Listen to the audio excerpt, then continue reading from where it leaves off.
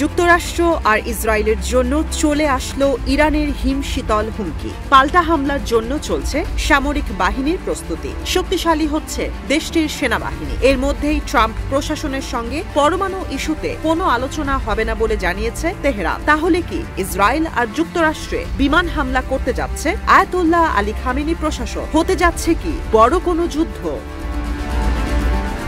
এই প্রশ্নের জবাব না মিললেও ইরানের প্রস্তুতি দিচ্ছে সেই ইঙ্গিত। পরমাণু ইস্যুতে তর্কের মধ্যে ইরান নিশ্চিত করেছে শত্রুপক্ষকে হামলার জন্য প্রস্তুত তারা। তেহরানের ইলেকট্রনিক ইন্ডাস্ট্রিজ প্রধান জানান, দূর থেকে শত্রুপক্ষকে হামলার জন্য তারা সব প্রস্তুতি নিয়ে রেখেছেন। ব্রিগেডিয়ার জেনারেল আমির রাস্তেগারি জানান, সামরিক শক্তি আর প্রতিরক্ষায় আত্মনির্ভর আর স্বয়ংসম্পূর্ণ ইরান স্থল, জল কিংবা আকাশপথের জন্য সমরাস্ত্র বানাতে প্রস্তুত তেহরান।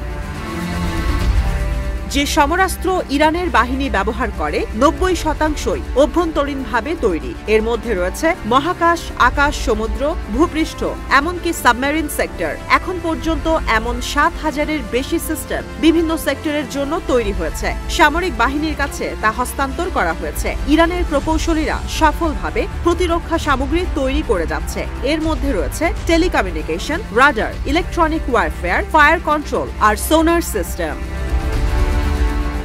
২০২১ সালে নৌবাহিনীতে মোতায়েন করা হয় ডেস্ট্রয়ার ডেনা, যেটি এখন পর্যন্ত বিশ্বের বহু স্থানে গেছে বলেও জানান জেনারেল। ৫ মহাসমুদ্রের ৫৫,০০০ কিলোমিটার এলাকায় বিস্তৃতি ডেনার। এই ডেনা অ্যান্টিশিপ ক্রুজ ক্ষেপণাস্ত্র, টর্পেডো আর নাভাল ক্যাননে পরিপূর্ণ।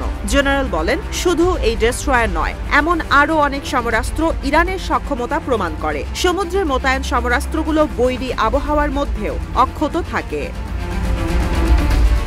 গেল বছর ইরানে ইসরায়েলের হামলা আর ডোনাল্ড ট্রাম্পের হুমকির পর থেকে প্রতিরক্ষা খাত শক্তিশালী করতে বারবার বলছেন সর্বোচ্চ ধর্মীয় নেতা আয়াতুল্লাহ আলী খামেনি। বলেন, ইরানের মিসাইল প্রোগ্রামের কোনো তুলনাই হয় না। একই সুরে ব্রিগেডিয়ার জেনারেল আমির রাস্তেগারি বলেন, নিষেধাজ্ঞার পরও ইরানের প্রতিরক্ষা বাহিনী গর্জে উঠেছে। শত্রুপক্ষকে জবাব দেওয়ার জন্য প্রস্তুত হচ্ছে, সেটা অভ্যন্তরীণ ভূখণ্ডের বাইরেও।